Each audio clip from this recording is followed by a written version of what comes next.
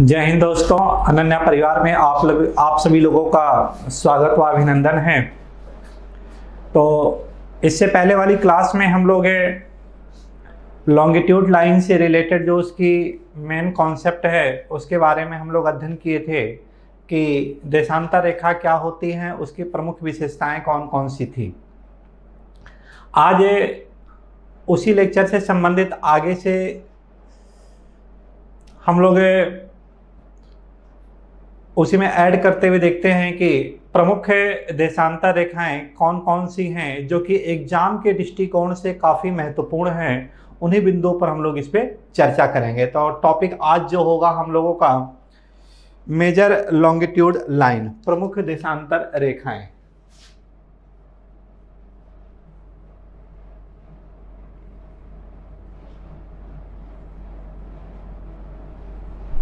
Major longitude line, प्रमुख देशांतर रेखाएं। अब किसी भी एग्जाम में अगर देखा जाए तो तीन प्रमुख देशांतर रेखाओं से क्वेश्चन वहां पर उठाए जाते हैं। एक है इसमें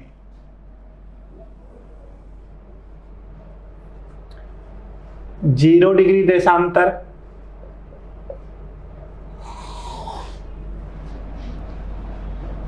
दूसरा है 82.5 डिग्री पूर्वी देशांतर,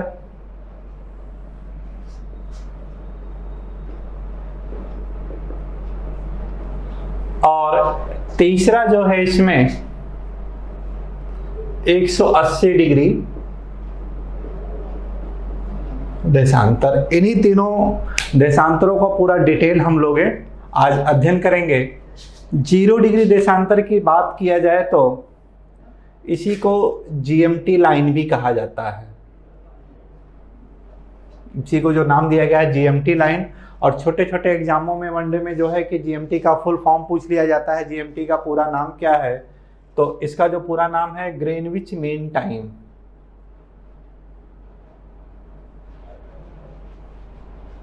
Greenwich mean time.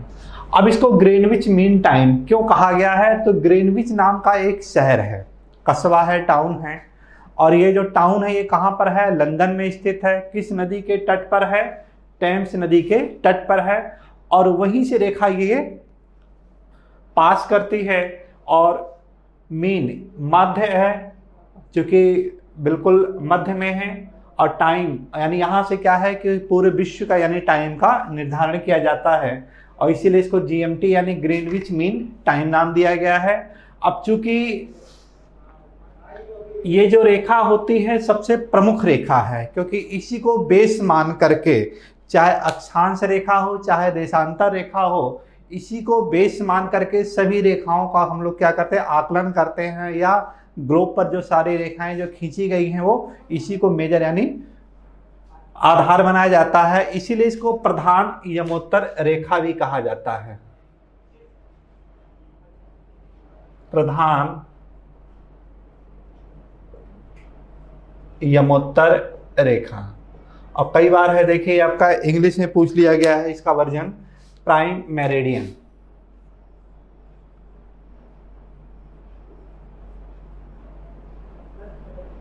Prime meridian. एक यहां पे देखिए जो वर्ड आया है यमोत्तर, इस शब्द को ध्यान रखिएगा। यमोत्तर क्या है? देशांतर का ही पर्यायवाची है। तो देशांतर रेखा कभी कभी देशांतर ना देकर के या लॉन्गिट्यूड ना देकर के उसको क्या है? यमोत्तर भी यानी इस तरह से पूछ ली जाते हैं। तो प्रधान यमोत्तर रेखा किसे कहा जाता है? 0 डिग्री देशांतर। प्रधान क्यों कहा गया है? क्योंकि ये सबसे प्रमुख लाइन होती है। विश्व का जो समय है वो सबका क्या है? यहीं से निर्धारण किया गया है। चाहे कोई भी देश है, अपने देश का जो मानक समय है वो इसी के अकॉर्डिंग क्या करता है? उसको अपना गणना करता है।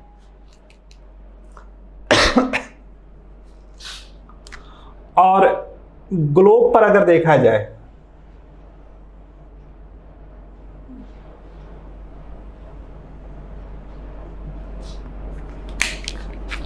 तो इस तरह से ये मध्य से होकर के ये ऐसे पास कर रही है। यहां पर 90 डिग्री नॉर्थ और यहां है 90 डिग्री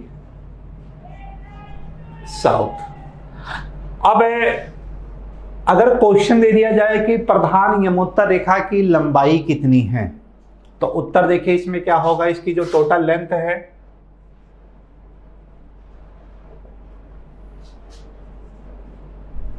20,004 किलोमीटर। इसकी टोटल लंबाई कितनी है? 20,004 किलोमीटर। अब अगर ऐसे क्वेश्चन दे दिया जाए, क्या सभी देशांतर रेखाओं की लंबाई 20,004 किलोमीटर है, तो उत्तर में देखिए क्या होगा कि सभी जितनी देशांतर रेखाएं होती हैं सभी की लाइन क्या होती है? बराबर होती है। और सभी जो लाइनें होती हैं वो नॉर्थ पोल को साउथ पोल से यानी वहां पे मिलाती है, ज्वाइन करती हैं। अब इसी लाइन के राइट हैंड साइड जो है इसको ईस्ट कहा जाता है, और इधर है जो इसको वेस्ट, यानी इसको शॉर्टकट में हम लोग ई और डब्ल्यू के द्वारा यहाँ पे हम लोग डिनोट कर देते हैं। यहाँ पे इधर यानी क्या होगा आपका ईस्ट यानी पूर्वी गोलार्ध, इधर क्या होगा पश्चिमी गोलार्ध इसे कहा जाता है। पूर्वी गोलार्ध और पश्चिमी गोलार्ध। अब जैसे अगर पूछा जाए कि भारत किस गोलार्ध में स्थित है, तो क्या होगा यहाँ पे पूर्वी गोलार्ध में भारत का लोकेशन है यहां से। अब इस लाइन से यदि कोई भी व्यक्ति राइट हैंड साइड जाएगा तो अपनी घड़ी को सुई को क्या करता है वो आगे करेगा, और इसी प्रकार इस लाइन से यदि कोई भी व्यक्ति लेफ्ट हैंड साइड जाता है तो वो अपनी घड़ी को सुई को क्या करेगा? वो पीछे करेगा, माइनस करेगा। वो क्यों ऐसा करेगा? क्योंकि हमारी पृथ्वी का जो मूवमेंट है वो कैसा है? वो वेस्ट टू ईस्ट है, यानी हमारी पृथ्वी कैसे घूम रही है? पश्चिम से पूरब की दिशा में घूम रही है। और जिस कारण क्या होता है कि जो टाइम होता है वो सूर्योदय सबसे पहले यानी इधर होगा, फिर इसके बाद इस तरफ होगा, ऐसे यानी ये घटता चला जाता है। इसी के अकॉर्डिंग क्या करते हैं हम लोग कि इधर यानी राइट हैंड साइड जाने पर उसको एडिशन करते हैं, और लेफ्ट हैंड साइड जाने पर क्या होगा वहां पे उसको सब्ट्रैक्शन करते हैं। और इसी सिद्धांत को सभी देशों ने क्या है कि इसको अप्लाई किया हुआ है। जो भी देश है जिसका जो भी मानक समय होगा उस मानक समय के अकॉर्डिंग क्या करता है कि वो अपनी घड़ी को यानी ऐड करेगा राइट हैंड साइड जाने पर, और लेफ्ट हैंड साइड जाने पर क्या होगा वहां पे उसको सब्ट्रैक्ट करेगा। अब बात आती है कि ये जो 0 डिग्री देशांतर रेखा है कुल कितने महाद्वीपों से होकर के पास करती है। अगर महाद्वीप की बात करें हम लोग तो ये एक है महाद्वीप है जो कि यूरोप महाद्वीप से पास कर रही है, और दूसरी है यहां पे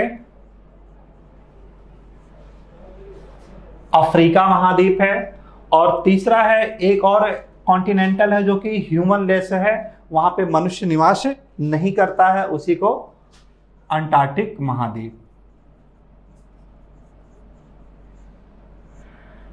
अंटार्कटिक महाद्वीप। तो इस प्रकार ये जो रेखा है 3 महाद्वीपों से होकर के गुजरती है। फिर बात आती है कि ये यूरोप महाद्वीप के कुल कितने देशों से होकर के गुजर रही है, तो उत्तर क्या मिलेगा यहाँ पे कि 3 देशों से होकर के मुख्य रूप से गुजरती है। एक है इसमें यूके यूनाइटेड किंगडम, या इसी को ब्रिटेन जिसे हम लोग कहते हैं। दूसरा है जो फ्रांस, और तीसरा है इसमें स्पेन। यूरोप के ये कुल कितने महाद्वीपों से होकर गुजर रही है? कितने देशों से गुजर रही है? 3 देशों से होकर के गुजरती है। एक यूनाइटेड किंगडम, दूसरा है फ्रांस है, और तीसरा इसमें है स्पेन। अफ्रीका की बात करें हम लोग तो अफ्रीका के कुल कितने देश से होकर के गुजरती है, तो उत्तर क्या होगा वहां पे 4 देशों से होकर के गुजरती है। एक देश है उसमें अल्जीरिया,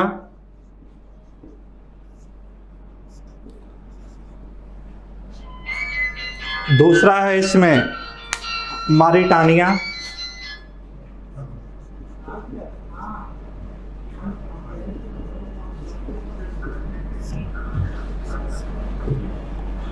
तीसरा है बुर्किना फासो,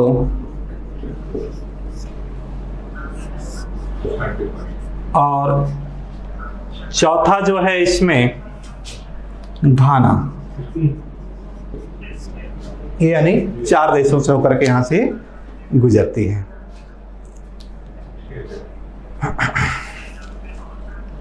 ये एक चीज है मारिटानिया, इसको थोड़ा सा सही कर लेते हैं। मारिटानिया माली आएगा इसमें,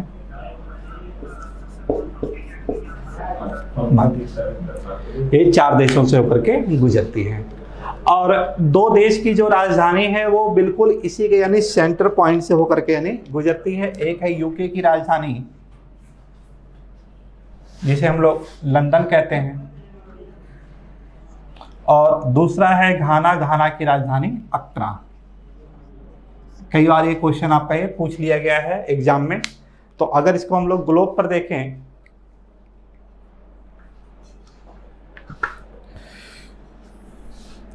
तो यहां से देखिए ये नॉर्थ पोल हो गया और ये साउथ पोल हो गया, और यहीं से देखिए जो लाइन है ये पास कर रही है ये 0 डिग्री देशांतर रेखा, इस तरह से ये पास करेगी। और एक महाद्वीप है जो कि यूरोप महाद्वीप है, दूसरा अफ्रीका महाद्वीप है, और सबसे साउथ में जाएंगे यहाँ पे क्या होगा अंटार्कटिका महाद्वीप। 3 महाद्वीपों से होके गुजर रही है। यूरोप महाद्वीप में है, यहाँ से 3 देशों से होके गुजर रही है। एक है यूके है, दूसरा फ्रांस है, तीसरा है स्पेन। और अफ्रीका महाद्वीप में देखा जाता है अल्जीरिया है, माली है, बुर्किना फासो और घाना। ये 4 देशों से होकर के यानी मुख्य रूप से यहाँ गुजरती है। और कुल की बात किया जाए तो कुल कितने कंट्रीज होकर पास करती है? 7 कंट्री से होकर के पास करती है। और कई बार ये क्वेश्चन जो आपके पूछे गए हैं कि निम्नलिखित में से किस देश से जीएमटी लाइन नहीं पास करती है? 3 इसमें से कोई ऑप्शन दे दिया जाएगा, एक ऑप्शन कोई अलग से दे दिया जाता है और वहां पे इसको यानी फाइंड करना पड़ता है। या इन्हीं देशों को क्या दे दिया जाएगा कि इनमें से कोई 4 देश दे दिया जाएगा और कह दिया जाएगा कि इन देशों को उत्तर से दक्षिण के क्रम में व्यवस्थित कीजिए या दक्षिण से उत्तर के क्रम में व्यवस्थित कीजिए।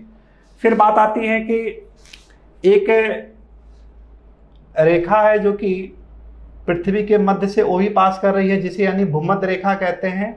और कहीं ना कहीं क्या करते हैं कि ये दोनों आपस में एक दूसरे को कट करते हैं। और जहाँ पे कट करते हैं, क्वेश्चन आपका ये भी पूछा गया है एग्जाम में, यूजीसी के एग्जाम में या पीजीटी है वहाँ पर पूछा गया है कि ये दोनों जो रेखाएं हैं आपस में एक दूसरे को कहाँ पर कट करते हैं? तो उत्तर क्या होगा? अटलांटिक।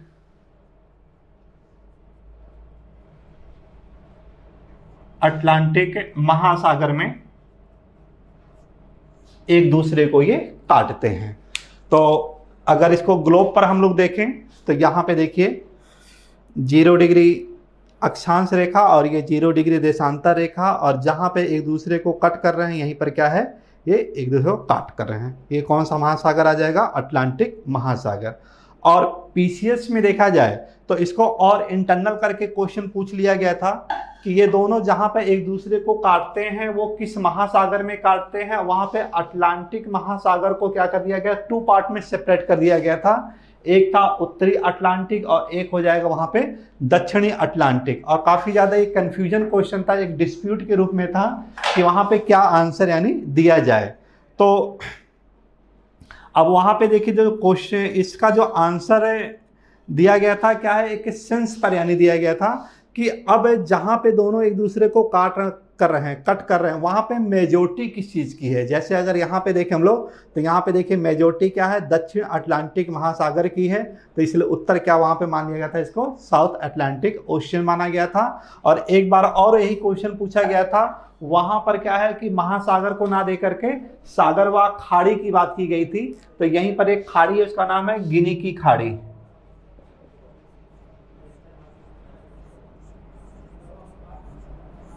गिनी की खाड़ी। तो ध्यान रखिएगा इसको कि यहाँ पे जो कट कर रही है एक दूसरे को कहाँ पे है? गिनी की खाड़ी में ये काटते हैं। अब इनमें से 7 देशों में से 2 राजधानी हैं, उन दोनों राजधानियों से क्या होती है, ये जीएमटी लाइन पास करती है। एक है ये लंदन है और दूसरा है अक्रा। लेकिन जो वर्ल्ड का जो टाइम है जो माना गया है वो कहाँ से लिया गया है, वो और लंदन से लिया गया है। और लंदन में एक नदी है टेम्स नदी, और इसी टेम्स नदी के किनारे एक कस्बा है जिसका नाम है ग्रीनविच शहर, ग्रीनविच शहर। और वहीं पर क्या है कि एक बहुत बड़ी सी वाल बनाई गई है, और उसी वाल से क्या है, विश्व की यानी सारी घड़ियों को मिलाया गया है। तो अगर एक क्वेश्चन अगर इसी से पूछा जाए कि निम्नलिखित में से कौन सी ऐसी राजधानी है जिसका मानक समय बिल्कुल लंदन के मानक समय से मिलता जुलता है, तो उत्तर यहाँ पे क्या हो जाएगा, घाना की राजधानी अक्रा। और अक्रा में बात किया जाए तो अक्रा में एक झील है, वोल्टा झील।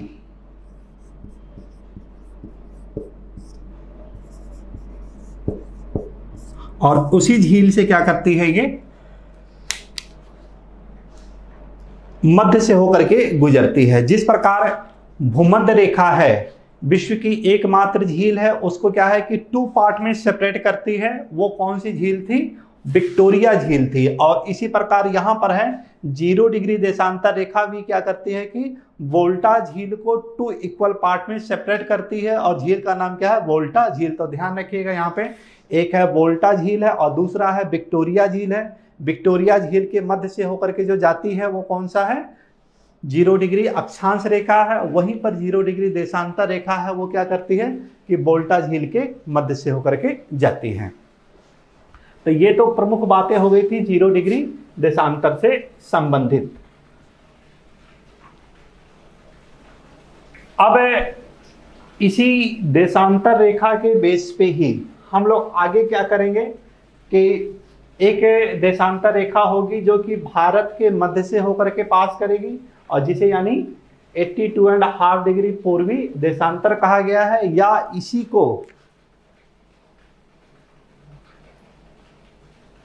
IST इंडियन स्टैंडर्ड टाइम कहा जाता है।